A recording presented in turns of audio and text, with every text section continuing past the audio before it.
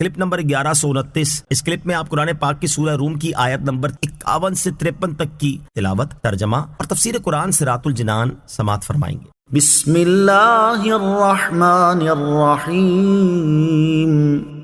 ترجمہ، اللہ کے نام سے شروع جو نہایت مہربان رحمت والا ہے۔ وَلَئِنْ أَرْسَلْنَا رِيحًا فَرَأَوْهُ مُصْفَرًّا لَظَلُّوا مِنْ بَعْدِهِ يَكْفُرُونَ۔ ترجمہ، اور اگر ہم کوئی ہوا بھیجیں جس سے وہ کھیتی کو زرد دیکھیں تو ضرور اس کے بعد ناشکری کرنے لگیں گے۔ وَلَئِنْ أَرْسَلْنَا رِيحًا، اور اگر ہم کوئی ہوا بھیجیں۔ اس سے پہلی آیات میں بیان ہوا کہ بارش رک جانے سے لوگ مایوس ہو جاتے ہیں اور بارش ہوتی دیکھ کر خوش ہو جاتے ہیں، اور اس آیت میں بیان فرمایا کہ ان کی حالت ہمیشہ نہیں رہتی، بلکہ اگر ہم کوئی ایسی ہوا بھیجیں جو کھیتی اور سبزے کے لیے نقصان دہ ہو، پھر وہ کھیتی کو سرسبز و شاداب ہونے کے بعد زرد دیکھیں تو ضرور کھیتی زرد ہونے کے بعد ناشکری کرنے لگیں گے اور پہلی نعمت سے بھی مکر جائیں گے۔ مراد یہ ہے کہ ان لوگوں کی حالت یہ ہے کہ جب انہیں رحمت پہنچتی ہے، رزق ملتا ہے تو وہ خوش ہو جاتے ہیں، اور جب کوئی سختی آتی ہے، کھیتی خراب ہوتی ہے تو پہلی نعمتوں سے بھی مکر جاتے ہیں۔ حالانکہ انہیں چاہیے تو یہ تھا کہ وہ اللہ تعالیٰ پر توکل کرتے، اور جب نعمت پہنچتی تو شکر بجا لاتے، اور جب بلا آتی تو صبر کرتے اور دعا و استغفار میں مشغول ہو جاتے۔ فَإِنَّكَ لَا تُسْمِعُ الْمَوْتَى وَلَا تُسْمِعُ الصُّمَّ الدُّعَاءَ إِذَا وَلَّوْا مُدْبِرِينَ۔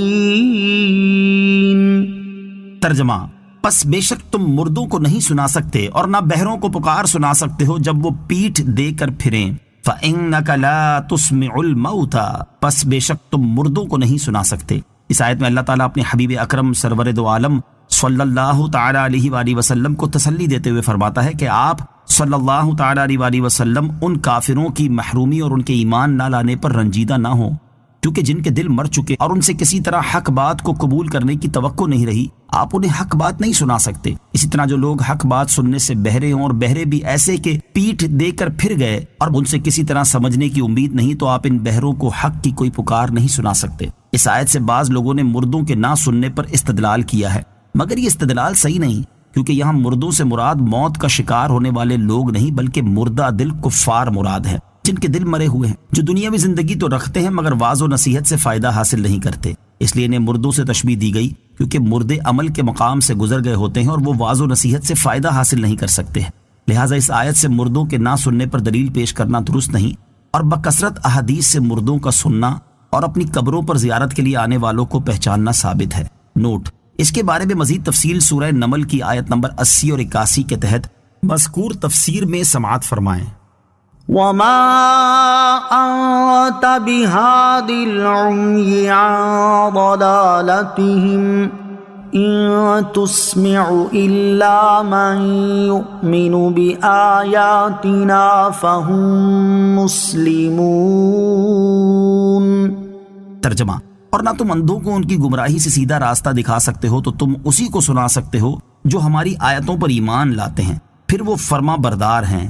وَمَا أَنْتَ بِهَادِ الْعُمْيِ عَنْ ضَلَالَتِهِمْ، اور نہ تم اندھوں کو ان کی گمراہی سے سیدھا راستہ دکھا سکتے ہو۔ یہاں بھی اندھوں سے دل کے اندھے مراد ہیں۔ إِن تُسْمِعُ إِلَّا مَنْ يُؤْمِنُ بِآيَاتِنَا، تو تم اسی کو سنا سکتے ہو جو ہماری آیتوں پر ایمان لاتے ہیں۔